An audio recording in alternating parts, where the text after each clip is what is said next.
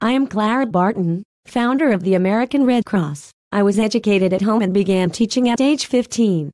I attended the Liberal Institute at Clinton, New York. In 1852 in Bordentown, New Jersey, I established a free school that soon became so large that the townsmen would no longer allow a woman to run it.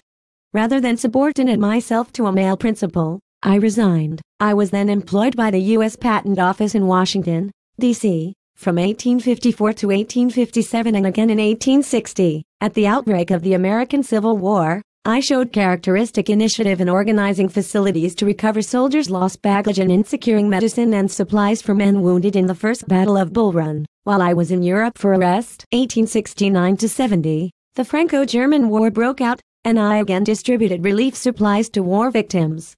In Europe I became associated with the International Red Cross, now Red Cross and Red Crescent, and after my return to the United States in 1873 I campaigned vigorously and successfully for that country to sign the Geneva Convention.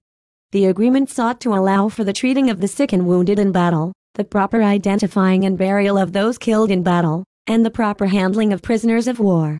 In 1881 I organized the American Association of the Red Cross, known from 1893 as the American National Red Cross, and served as its president until 1904.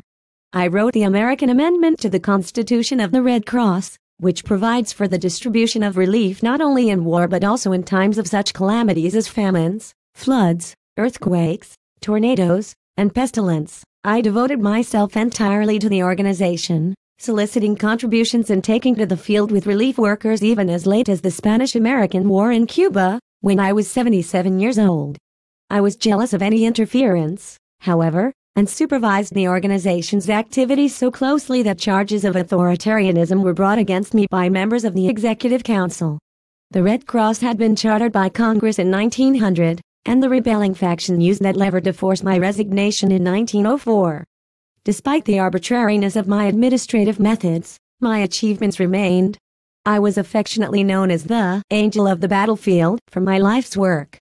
I wrote several books, including History of the Red Cross, 1882, The Red Cross in Peace and War, 1899, and The Story of My Childhood, 1907. So, that is my biography.